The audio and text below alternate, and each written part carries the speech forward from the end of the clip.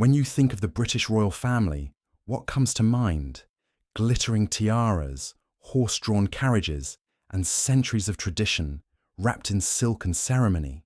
Well, what if I told you that beneath all that pomp and pageantry lies a web of secrets so dark, so carefully buried, that even mentioning them could shake the very foundations of the monarchy itself? Tonight, we're going to pull back the velvet curtain and expose 17 of the most shocking royal cover-ups in British history. These aren't your typical tabloid scandals about who wore what or who said what at a garden party.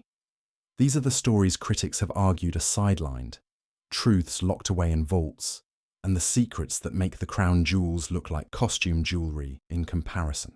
From vanished heirs and disputed bloodlines, to controversial wartime associations and financial practices that have raised serious questions, what you're about to explore challenges the carefully polished image of the House of Windsor.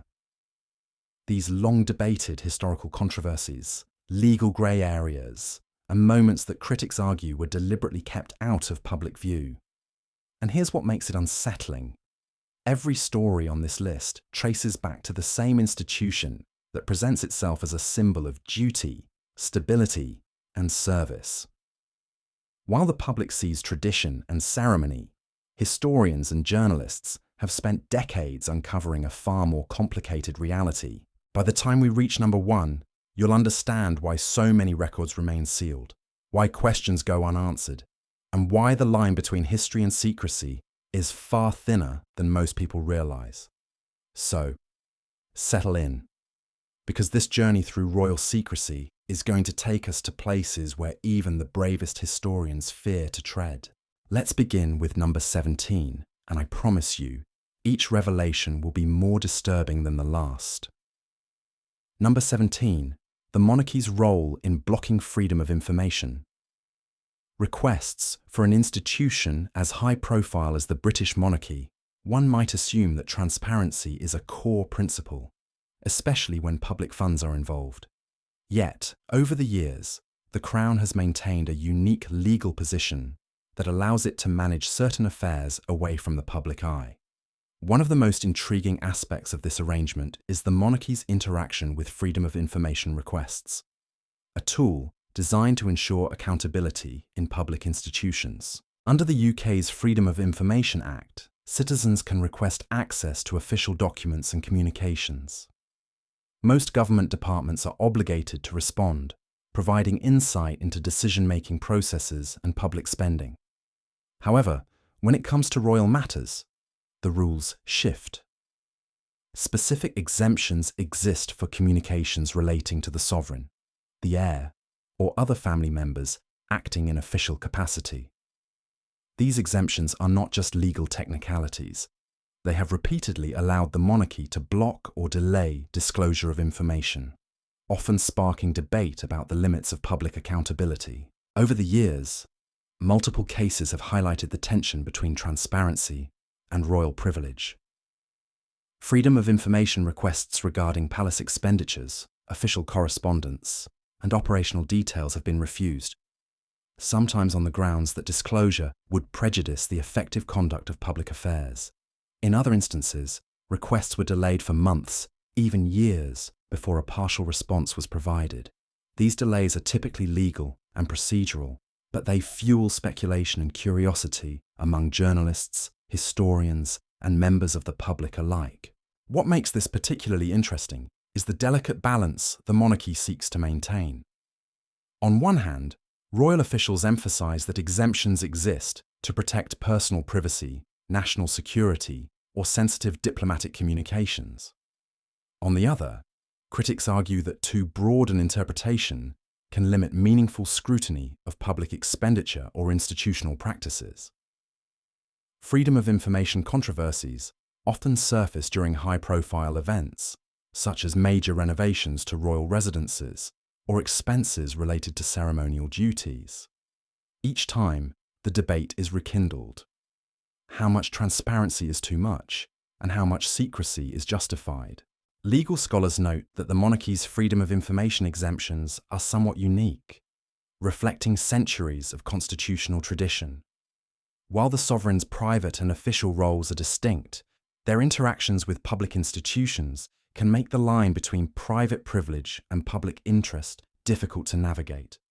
This has led to repeated calls for clearer guidance on what information should be accessible and for whom, without compromising security or the ability of the Crown to perform its official duties. Ultimately, the story of freedom of information requests and the monarchy is a story about balance.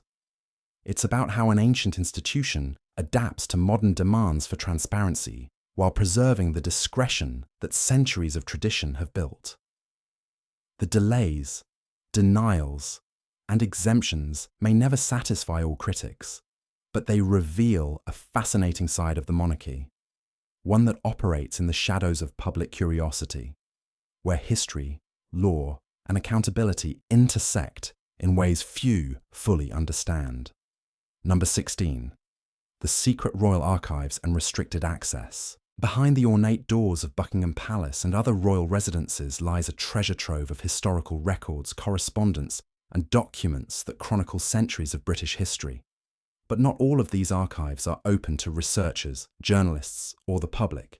In fact, a significant portion of the royal records is restricted, sometimes indefinitely, sparking curiosity and speculation about what is deliberately kept from view. Officially, the royal archives exist to preserve documents and artifacts relating to the monarchy, its official duties, and its historical legacy. They house personal letters from monarchs, diplomatic correspondence, state papers, and records of decisions that shaped the nation. Access is tightly controlled.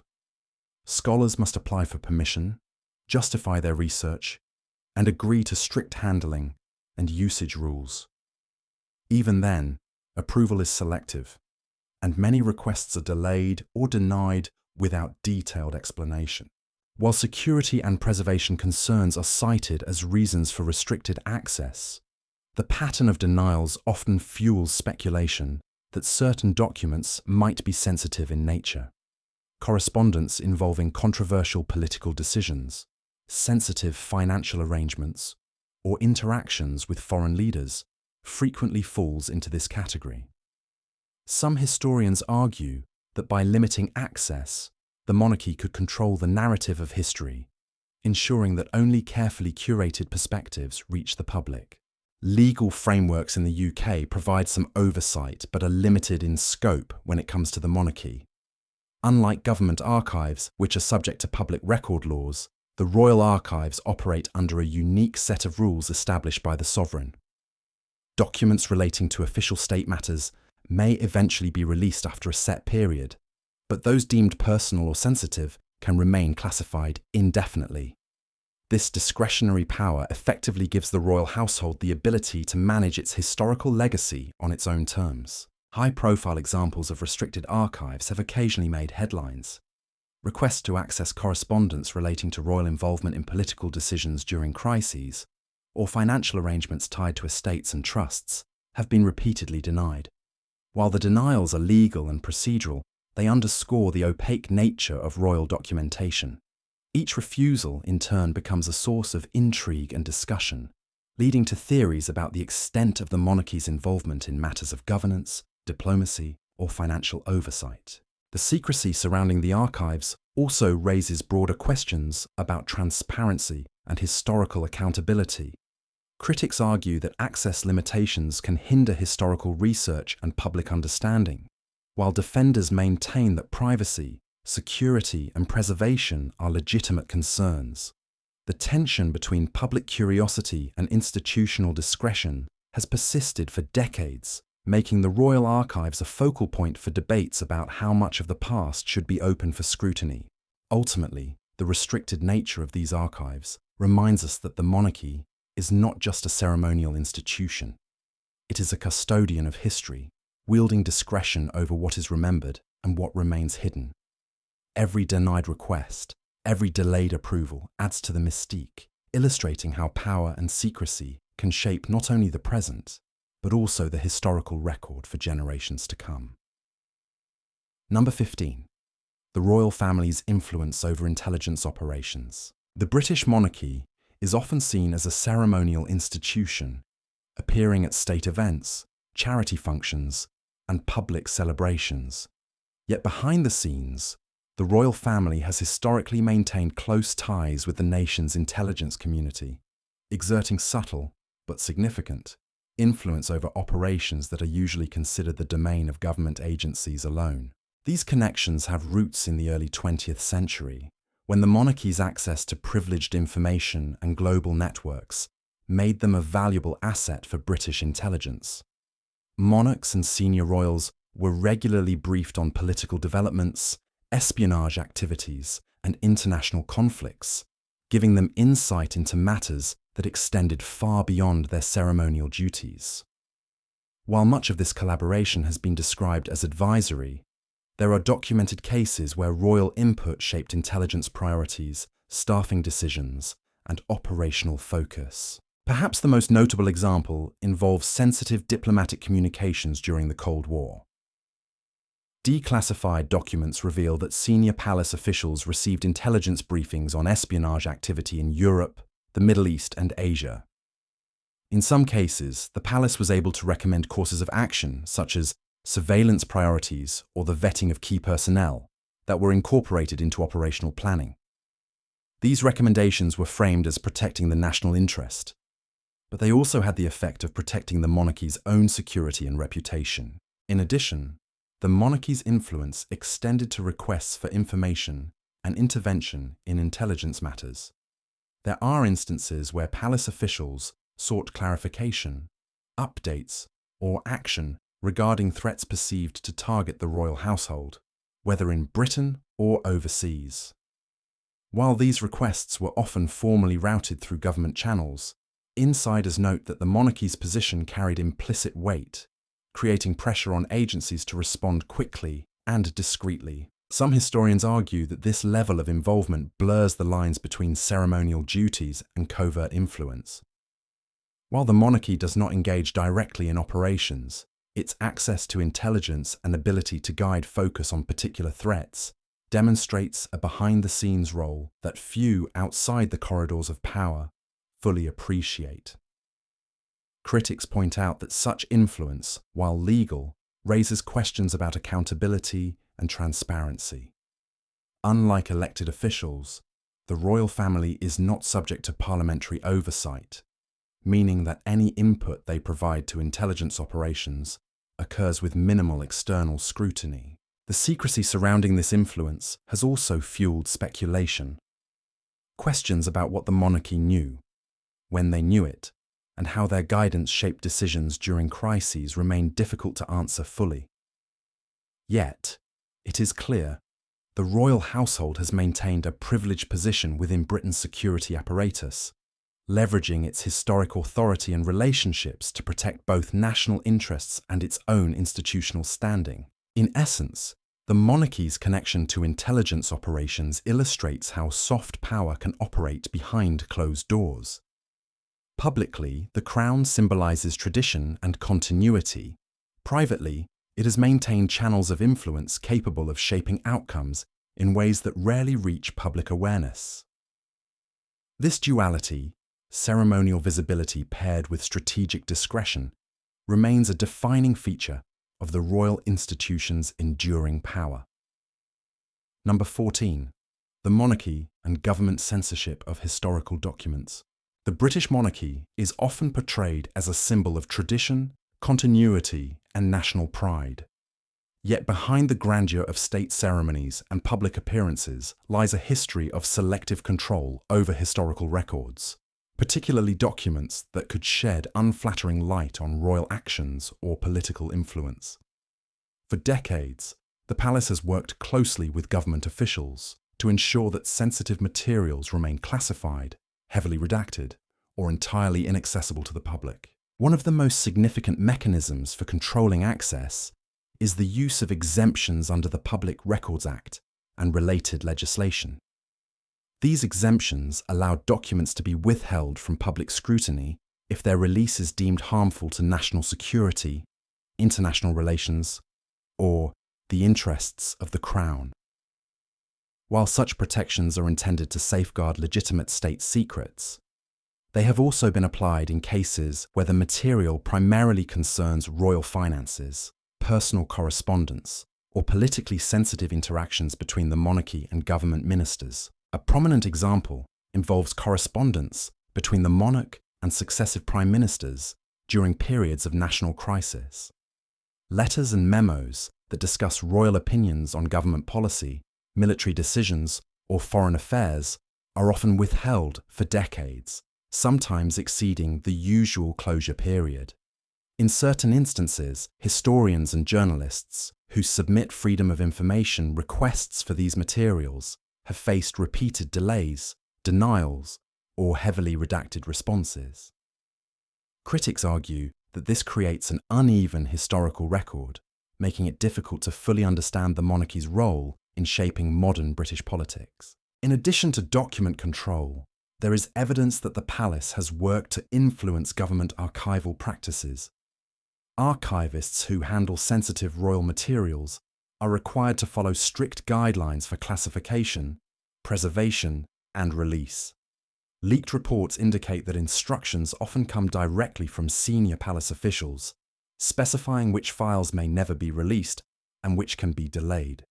These measures, while legal under current frameworks, give the monarchy extraordinary influence over how history is recorded and accessed. The implications extend beyond academic curiosity.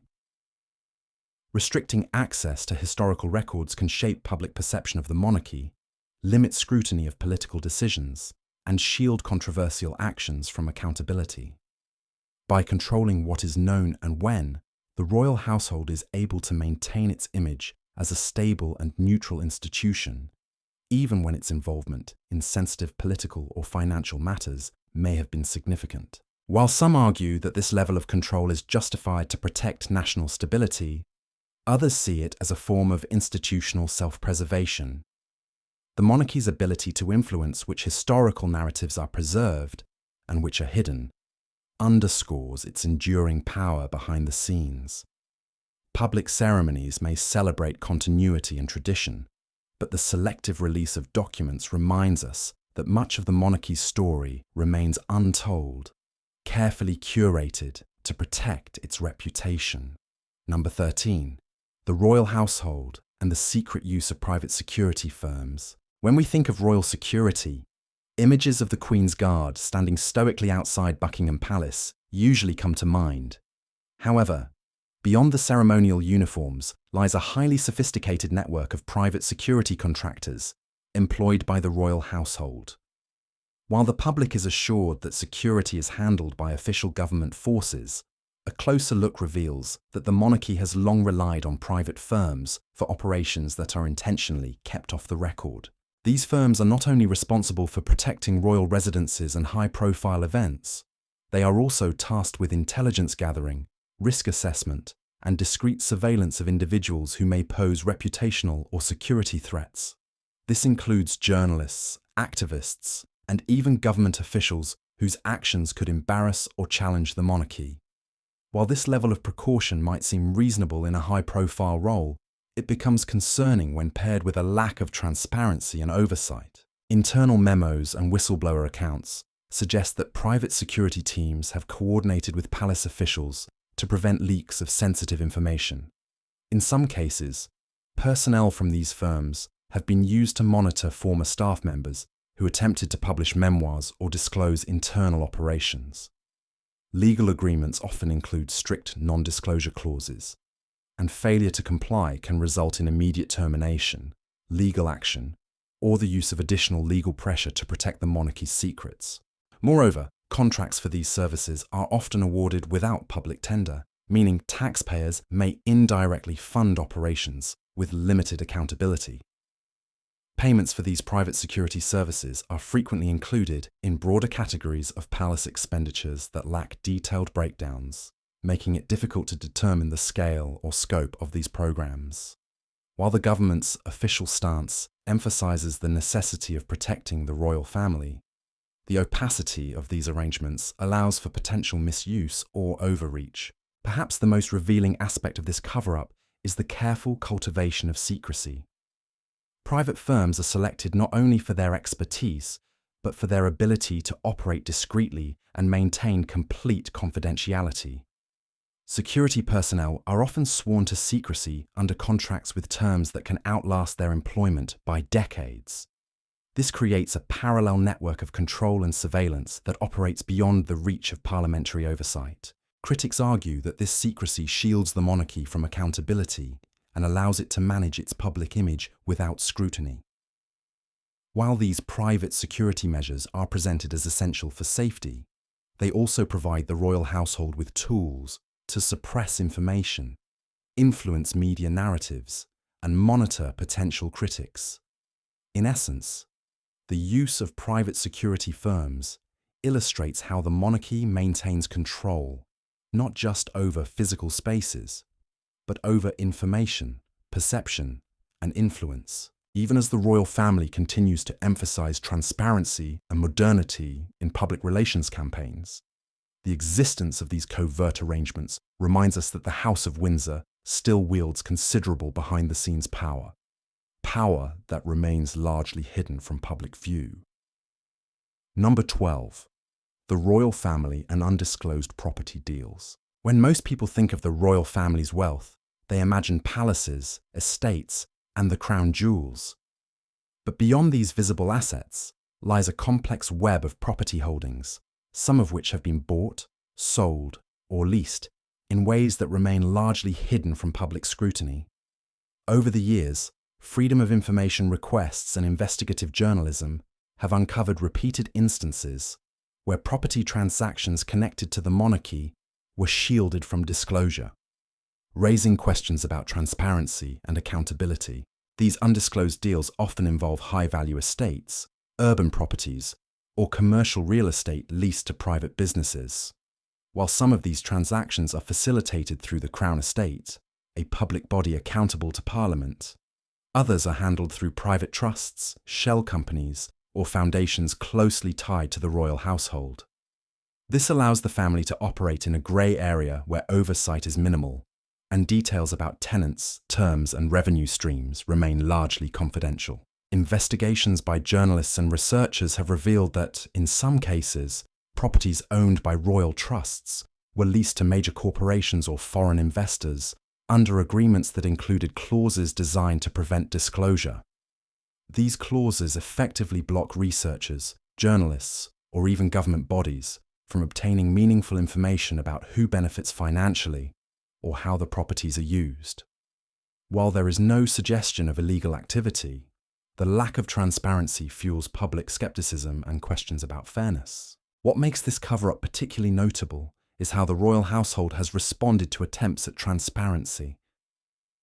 In multiple cases, formal requests to access records through freedom of information laws were either denied or delayed under exemptions that claim national security or privacy concerns. Legal experts have noted that these exemptions, while legitimate in certain circumstances, have occasionally been applied broadly, creating a protective shield around property dealings that would otherwise be subject to public scrutiny. The strategic management of property interests also allows the monarchy to generate revenue discreetly. Profits from rentals or leases are often reinvested through trusts or used to fund private projects without the need for parliamentary approval. This level of control over assets ensures that the royal family maintains financial flexibility while minimizing external oversight. Critics argue that these undisclosed property deals reflect a broader pattern of opacity within the monarchy. While public-facing initiatives emphasize philanthropy and transparency, the reality is that significant portions of the royal household's financial and real estate operations remain inaccessible to the public. This selective disclosure allows the family to protect sensitive information, safeguard investments, and maintain influence in both domestic and international contexts without scrutiny. In a world where transparency and accountability are increasingly demanded from public institutions, these hidden property dealings serve as a reminder that the monarchy continues to operate in a space where secrecy is not just tolerated, it is carefully cultivated. The royal family's approach to property highlights how influence and financial power can coexist behind a veil of discretion, even in a modern constitutional monarchy. Number 11. The royal family and diplomatic immunity loopholes. The British royal family is often described as a symbol of diplomacy, representing the United Kingdom on state visits, hosting foreign leaders, and fostering international relationships. But beneath this ceremonial role lies a lesser-known aspect of royal life: the use of diplomatic immunity and illegal loopholes that, in some cases, have shielded members of the monarchy or associated staff from scrutiny and accountability. Diplomatic immunity is typically reserved for accredited diplomats and their families, designed to allow officials to perform their duties without fear of legal harassment in foreign countries. However, there have been repeated reports that the royal household has, at times, leveraged similar protections to avoid disclosure or legal responsibility in both international and domestic contexts. This doesn't mean that the monarchy has engaged in illegal activity, but it has used legal grey areas to maintain privacy and operational discretion. One notable example involves royal staff travelling overseas on behalf of the monarchy. In some cases, questions raised by local authorities or journalists regarding property holdings, official expenses, or sensitive negotiations were met with claims of diplomatic privilege. While these claims are legally complex, they effectively prevent external oversight and create layers of secrecy around royal actions abroad. Closer to home, there have also been instances where financial arrangements or contracts connected to royal interests were structured to exploit legal exemptions tied to diplomatic and sovereign immunity. Government reports and investigative journalism have revealed that the royal household has sometimes argued that certain communications, agreements, or financial transactions fall outside the reach of public records laws because they involve sovereign functions. This has resulted in delayed or denied freedom of information requests and limited transparency in matters that affect public interest. Experts note that these practices serve multiple purposes. They protect the monarchy's privacy, prevent sensitive financial or political information from becoming public, and allow the royal household to operate efficiently on both national and international levels. However, critics argue that these loopholes also create a system in which the monarchy is insulated from accountability in ways that other public institutions are not, fueling perceptions of privilege and inequality. Despite ongoing scrutiny, there is little public record of reforms that fully address these loopholes. Parliamentary committees, independent journalists, and legal experts have repeatedly called for more consistent application of transparency rules to the royal household, especially regarding overseas dealings and financial arrangements. Yet, the combination of legal protections, tradition, and the monarchy's symbolic authority ensures that full accountability remains elusive. Ultimately, the royal family's use of diplomatic immunity and legal loopholes highlights the delicate balance between ceremonial privilege and public responsibility. While the monarchy serves as a unifying figure and international ambassador, these hidden mechanisms reveal how royal discretion can sometimes prioritize protection over transparency, shaping public perception and reinforcing the aura of untouchability that surrounds one of the world's most enduring institutions. Number 10. The royal family and controversial land acquisitions. The British royal family is one of the largest landowners in the world, with estates that span millions of acres across the United Kingdom. While much of this property is well known, the grounds of Buckingham Palace, Windsor Castle, and the Sandringham Estate, less publicised are the methods and circumstances by which certain lands were acquired, often sparking controversy and secrecy. Many of the monarchy's holdings have historical roots stretching back centuries, but there are instances in the 20th and 21st centuries where acquisitions have raised questions about transparency and fairness. In particular, parcels of land purchased or transferred under private deals, some involving minimal public oversight, have sparked concern among historians, landowners, and journalists. These properties, while legally acquired, often bypassed standard procedures, leaving local communities unaware of transactions until they were finalized. In several cases, freedom of information requests related to land acquisitions by the Crown Estate or privately held royal properties were delayed, denied, or partially redacted under special exemptions. Government officials have argued that these exemptions exist to protect national security, private negotiations, or sensitive financial data, but critics contend that the lack of transparency prevents public understanding of how significant land transfers are executed and who benefits from them. One notable example involves the Duchy of Cornwall, the estate that provides income to the heir to the throne. Over the years, portions of farmland, woodland, and coastal areas have been bought and sold through complex arrangements with private developers, charitable trusts, and local councils. While legal, these deals have occasionally drawn scrutiny for their opacity, particularly when local residents or competing bidders were left uninformed until decisions were completed.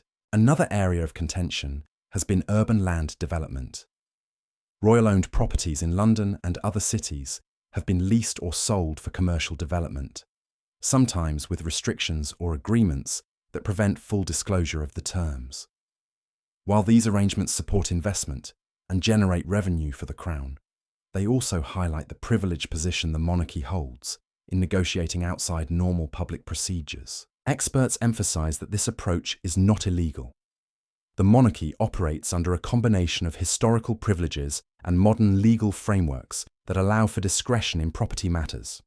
However, the repeated use of exemptions and non-disclosure measures has fostered public debate about the balance between royal privacy and accountability, particularly when such decisions intersect with community interests and national resources. Ultimately, the royal family's handling of land acquisitions illustrates the tension between tradition, legal privilege, and transparency.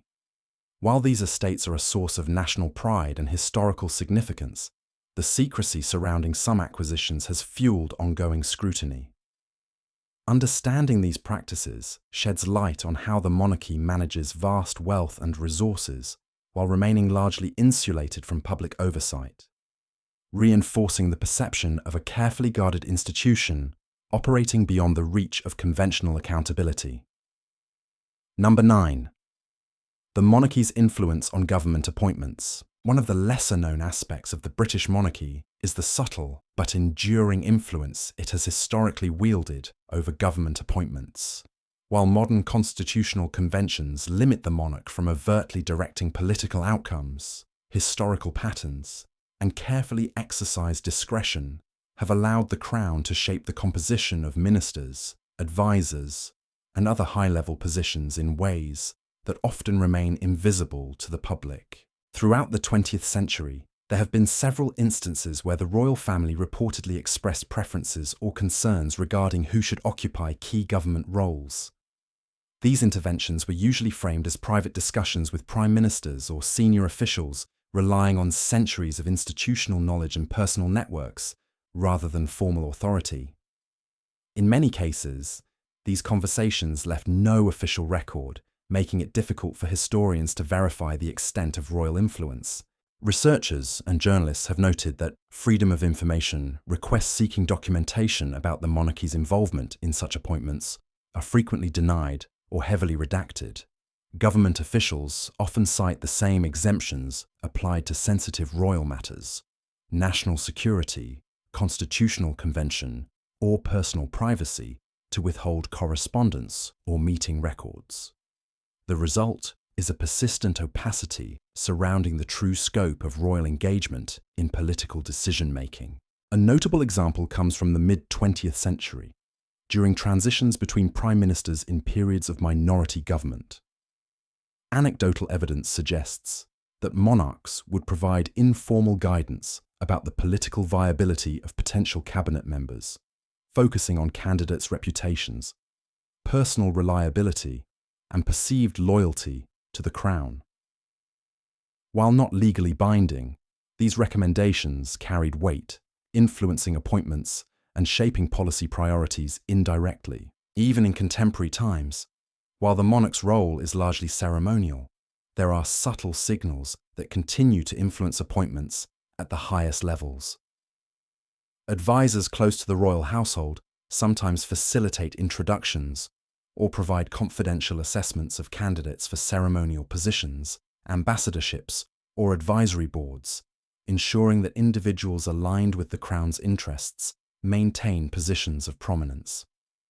Again, these activities remain largely undocumented in public records, leading to questions about accountability and transparency. Critics argue that while the monarchy is constitutionally neutral, the combination of informal influence, discretion, and non-disclosure creates a shadow channel of power.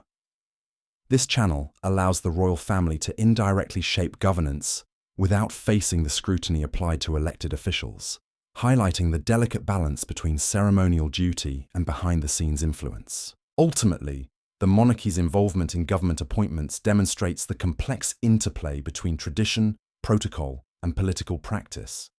It's a reminder that, despite the outward appearance of neutrality, centuries-old conventions and carefully maintained discretion allow the Crown to exert a form of soft power that is subtle, often invisible, and deeply rooted in the United Kingdom's constitutional framework. Number 8. The royal family and sensitive intelligence operations. The British monarchy has historically maintained a close, albeit largely hidden, relationship with national intelligence agencies. While the Queen and other senior royals are constitutionally neutral and ceremonial in their public duties, private communications and classified briefings have shown that the royal household has occasionally been privy to highly sensitive intelligence operations, sometimes influencing decisions about what information is shared with government officials or the public. One of the most notable areas of concern is the control over information regarding covert operations that touch on national security, diplomacy, or foreign relations. Historically, Freedom of Information, FOI, requests that could shed light on the royal family's involvement in these matters are routinely delayed, heavily redacted, or outright denied. The exemptions cited often include national security or royal privacy, effectively shielding the monarchy from scrutiny while keeping critical details classified. During the Cold War, for instance, senior royals were regularly briefed on intelligence assessments concerning potential threats to the United Kingdom. Some archival documents suggest that they were informed not just of immediate threats, but also of long-term strategic considerations, including espionage networks, sensitive diplomatic negotiations, and intelligence failures that could have impacted both domestic security and foreign policy. While these briefings were intended for situational awareness, they also created opportunities for informal influence over decisions about disclosure, risk mitigation, and public messaging. In recent decades, similar practices appear to continue, albeit under modern frameworks of oversight and constitutional norms. For example, classified correspondence obtained through historical research indicates that palace officials were occasionally consulted on how certain intelligence operations could impact the monarchy's public image. By weighing reputational risks alongside security risks, the royal household indirectly shaped what information reached ministers, journalists, and, in some cases, even parliamentary committees. Critics argue that this dual role, being both informed on intelligence matters and able to influence disclosure, creates a unique channel of soft power. While no constitutional authority permits the monarchy to direct intelligence operations, the combination of access, discretion, and historical precedent allows for subtle, behind-the-scenes impact on how sensitive matters are handled. FOI request patterns reinforce this concern.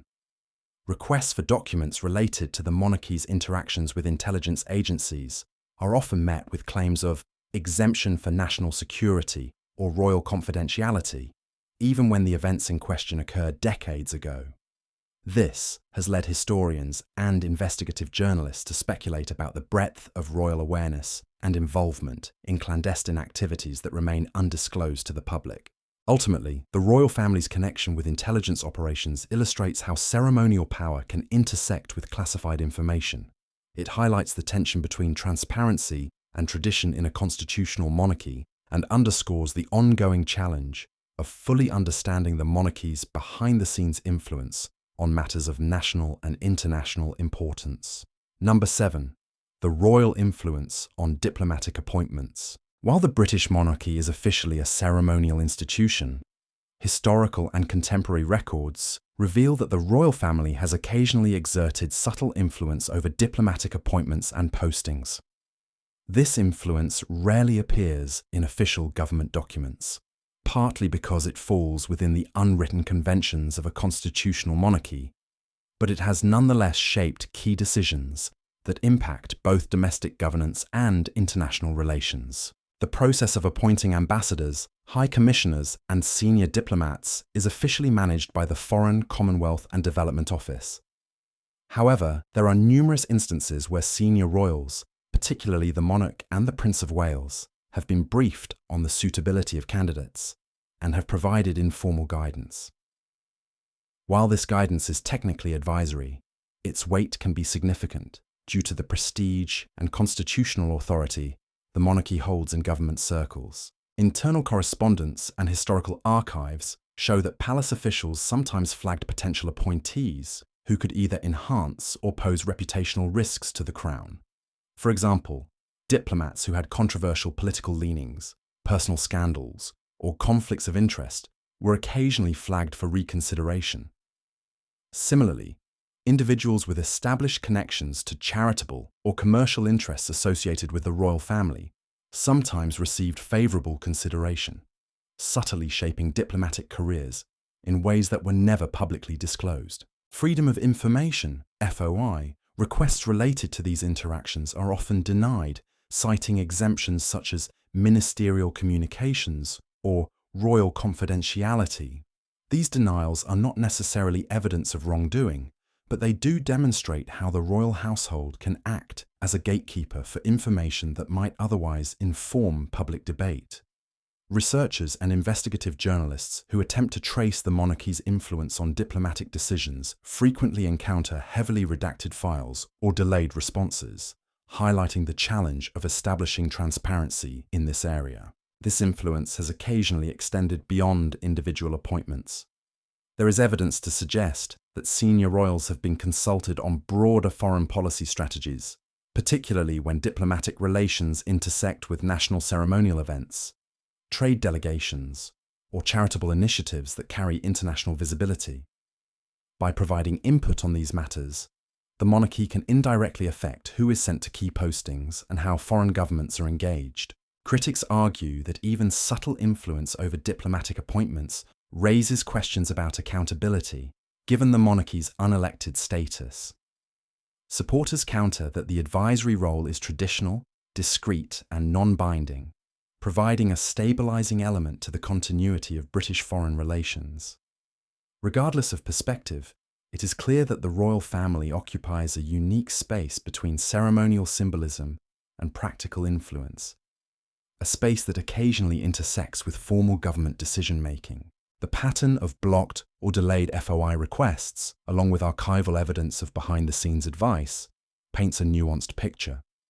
While the monarchy does not hold direct political power, it maintains the ability to quietly shape the careers of senior diplomats, affecting not only the individuals involved, but also the broader course of British foreign policy over decades. Number 6. The secret role in military operations approval. While the British monarchy is largely ceremonial in modern governance, the royal family retains constitutional responsibilities that include the formal approval of military actions. In practice, this is largely symbolic, as operational decisions are made by the government. However, historical and contemporary evidence shows that the monarchy has occasionally exercised influence, directly or indirectly, over how military operations are presented, justified, or even delayed, particularly during sensitive conflicts where public perception matters. One key example involves the process of authorizing overseas deployments.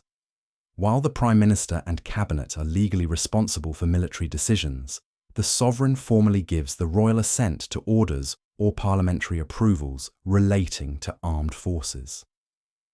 In highly sensitive situations, palace officials have provided input on the timing and framing of these decisions, ensuring that any deployment aligns with the monarchy's public image. This is often coordinated through private correspondence and briefings between the monarch's advisors and senior government officials. Documents and memoirs from former military officers indicate that palace input has occasionally influenced the communication of military decisions.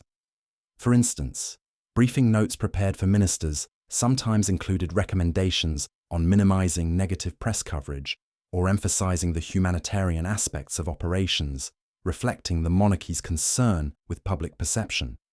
In some cases, FOI requests related to these communications have been denied or heavily redacted, citing exemptions for national security or royal privacy, making it difficult to trace the full scope of involvement. There are also instances where ceremonial oversight intersected with operational planning. Royal attendance at troop inspections, overseas visits to active deployments, or participation in commemorative events has sometimes been coordinated to coincide with political decisions or military announcements. While these actions are ostensibly symbolic, they serve as a form of soft influence, subtly shaping the narrative around military engagement and bolstering public support for government decisions. Critics argue that any unelected influence over military operations, however informal, raises questions about transparency and accountability. The fact that FOI requests related to these matters are routinely denied can fuel public speculation, even if no direct interference occurred. Supporters maintain that the monarchy's role is strictly advisory and ceremonial, emphasizing continuity and national morale rather than operational command. Despite the lack of formal power, the royal family's historical and ongoing involvement highlights the delicate balance between ceremonial duty and practical influence. By shaping how military actions are presented and perceived, the monarchy can indirectly affect public opinion and, in some cases, governmental decision-making, all while remaining within the bounds of constitutional convention. In essence, the monarchy's involvement in military operations demonstrates the subtle ways an ostensibly symbolic institution can influence national security matters, particularly in areas where secrecy, timing, and public perception intersect.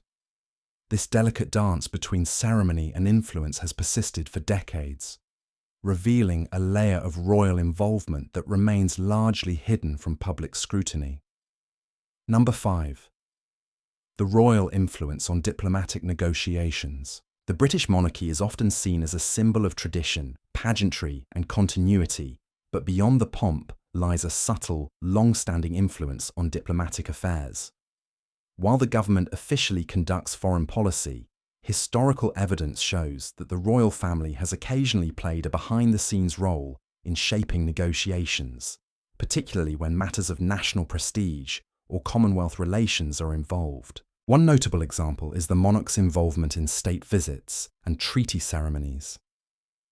While these events are largely ceremonial, private meetings between the sovereign and visiting leaders often provide opportunities for informal discussion. Palace aides and advisors prepare briefings, highlighting sensitive topics, cultural nuances, and potential areas of compromise, subtly guiding visiting dignitaries' perceptions of the United Kingdom. These exchanges can influence the tone and outcome of negotiations without leaving a formal record. There have also been cases where the monarchy intervened to slow or reshape diplomatic communications. Internal government correspondence obtained through declassified archives shows that palace officials occasionally reviewed drafts of sensitive communiques, offering input on language that could be perceived as overly aggressive or potentially damaging to bilateral relations.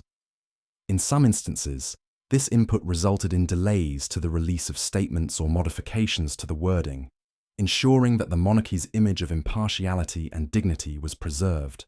Freedom of information requests related to these interactions are frequently denied under exemptions for national security or royal privacy. While this makes it challenging to determine the full extent of involvement, historians and diplomats have documented anecdotal instances, suggesting that the palace played a discrete role in shaping outcomes during negotiations concerning Commonwealth countries, trade agreements, and ceremonial recognition of newly independent states. The monarchy's influence is not about policy-making in the conventional sense, but about soft power, the ability to shape perception, maintain national prestige, and provide reassurance to foreign leaders. For example, the Queen's meetings with heads of state during the Cold War helped establish personal rapport and foster trust, even when official policies were determined by Parliament. These personal interactions could help smooth tensions, create goodwill, or facilitate compromise in otherwise contentious discussions. Critics argue that any unelected involvement in diplomacy, even informal, raises concerns about transparency. The fact that FOI requests on royal communications are regularly refused fuels public speculation about the monarchy's behind-the-scenes impact. Supporters, however, contend that these interventions are strictly advisory, aimed at preserving the nation's image and ensuring smooth international relations rather than dictating policy outcomes. Ultimately, the royal family's discreet involvement in diplomatic negotiations illustrates the nuanced ways in which a ceremonial institution can wield influence. Through careful management of appearances, private discussions with visiting leaders, and advisory input, the monarchy has quietly shaped Britain's global interactions for decades, without ever overtly stepping into the realm of political authority. Number 4. The royal family's influence on security services. For decades, the British monarchy has maintained a close relationship with the nation's security services, including MI5 and the police, to ensure the safety of the royal family. While personal protection is entirely expected, there have been instances where royal influence appears to have extended beyond standard security protocols, shaping investigations, surveillance, and the handling of sensitive information. Internal memos and historical records suggest that concerns raised by palace officials about potential threats to the monarchy have occasionally resulted in the diversion of intelligence resources. FOI requests related to MI5 activities concerning the royal family are frequently denied or heavily redacted, citing national security exemptions. While these denials are legally justified, they obscure the extent to which royal priorities may have influenced operational decisions within the security services. One notable area of concern has been the monitoring of protest groups and political activists. Historical documents indicate that, in certain cases, individuals seen as disruptive to royal events or public appearances were placed under surveillance, not purely as a matter of public safety, but also to preempt any embarrassment to the monarchy.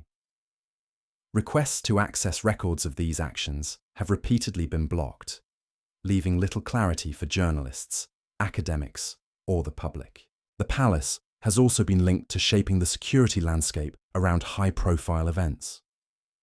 During state visits, jubilees, and royal weddings, coordination between royal security teams and government agencies is extensive, sometimes resulting in temporary restrictions on public access, curfews, or monitoring of communications.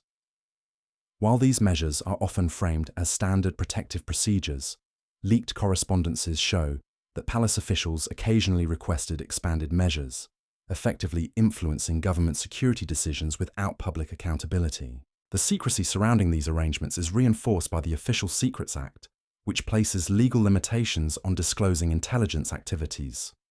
Combined with the monarchy's position as a symbol of national heritage, this has created a system where FOI requests about royal security are systematically denied, citing potential threats to national safety.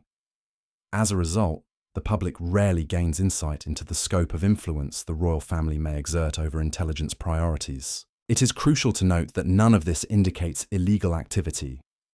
The royal family has a legitimate right to protection, and the security services operate within legal frameworks. However, the recurring denial of information requests, the redaction of sensitive details, and the strategic management of intelligence suggest that royal influence over security matters is both extensive and carefully shielded from public scrutiny. In essence, the monarchy's role in influencing security services highlights a subtle but significant form of power. By ensuring that requests for information are blocked or delayed and that intelligence resources prioritize royal concerns, the Crown maintains not just physical safety, but also an operational advantage in shaping which threats are visible to the public and which remain hidden behind layers of secrecy. Number 3. The monarchy and secret diplomatic communications. Behind the public image of the British royal family as ceremonial figureheads lies a long history of discreet diplomatic involvement. While the monarchy is constitutionally bound to remain politically neutral, declassified documents and historical correspondence suggest that monarchs and senior royal advisors have occasionally influenced diplomatic negotiations, often without public knowledge or parliamentary oversight. Throughout the 20th century, the royal family maintained private lines of communication with foreign leaders, including heads of state, ambassadors, and intelligence officials. These communications, often routed through private secretaries or trusted couriers, were intended to offer advice or express the Crown's perspective on international matters.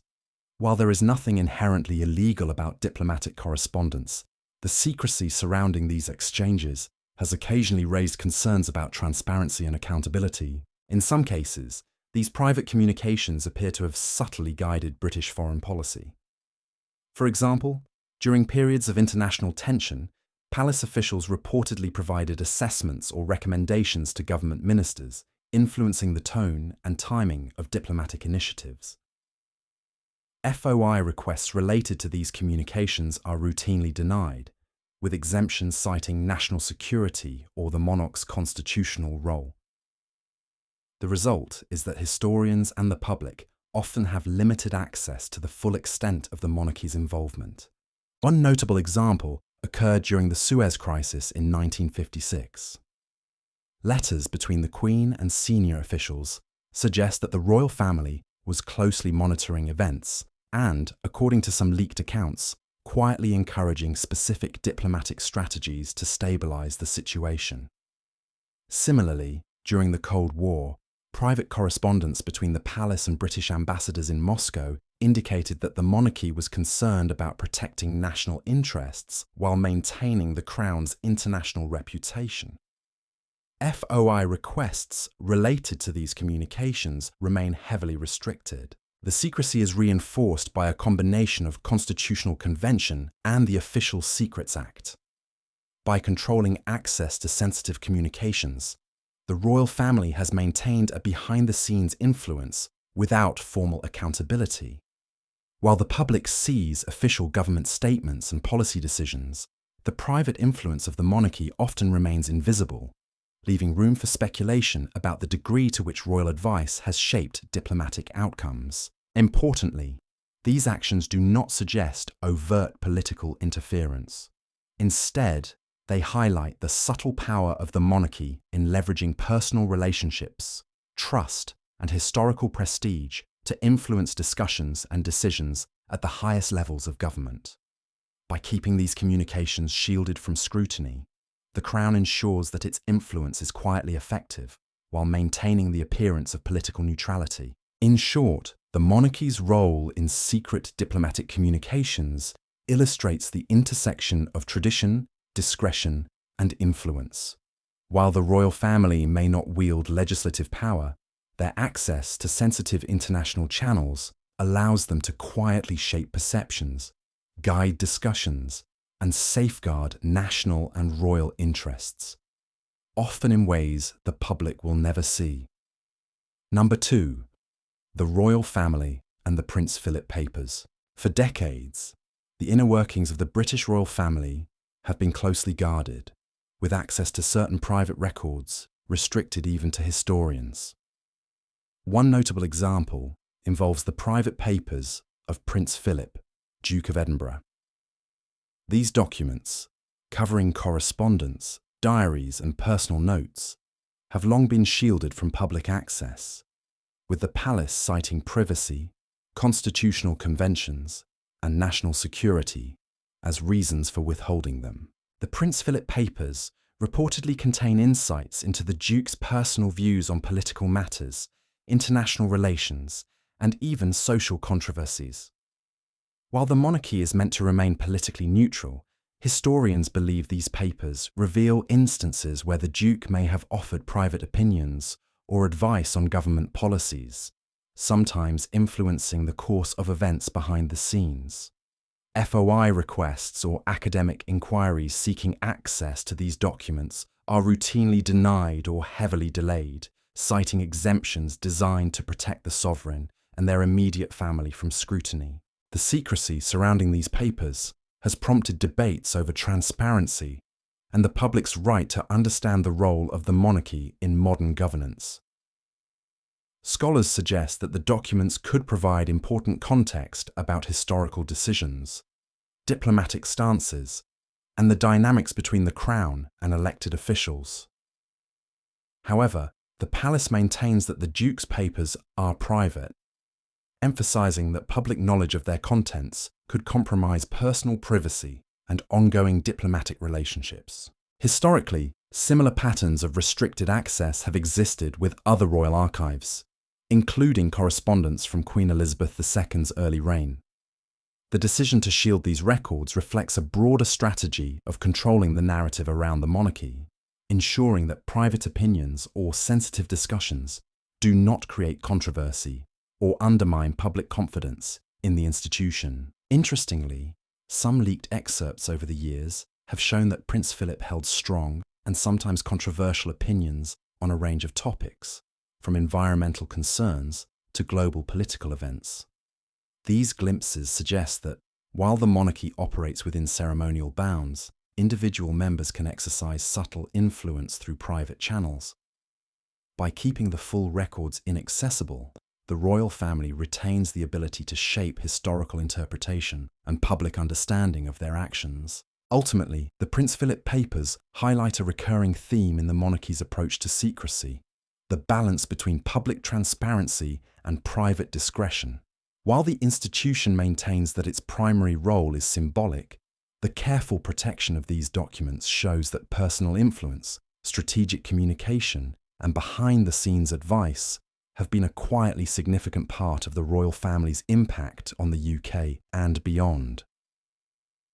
By controlling access to these papers, the monarchy ensures that their legacy, decisions, and influence remain curated, leaving historians and the public with only a partial view of events that could otherwise shed light on the personal role of the royal family in shaping modern Britain. Number 1. The monarchy and secret influence over government policy. For centuries, the British monarchy has been celebrated as a ceremonial institution, symbolizing stability, tradition, and continuity. But behind this public image lies a carefully maintained system of influence that has quietly shaped government decisions and policy, sometimes in ways the public never sees. While the monarch is constitutionally expected to remain politically neutral, historical records and expert accounts suggest that private conversations, letters, and confidential briefings have occasionally allowed royal input to sway key government actions. Prime ministers have routinely met with the sovereign in private, providing advice and updates, but historians note that these meetings sometimes extended beyond ceremonial discussion, offering subtle direction on political matters. The shocking aspect is not that the monarch engages with leaders, that is expected, but rather the scope and secrecy of this influence. Certain policy decisions, from military commitments to major economic strategies, appear to have been shaped in part by behind-the-scenes guidance from Buckingham Palace.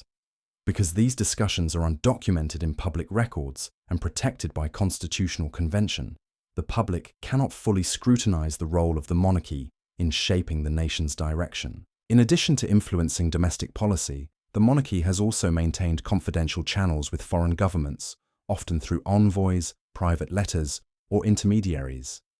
Some historians argue that this hidden diplomacy has impacted international negotiations, trade agreements, and defense decisions, creating a level of influence far beyond what is acknowledged publicly.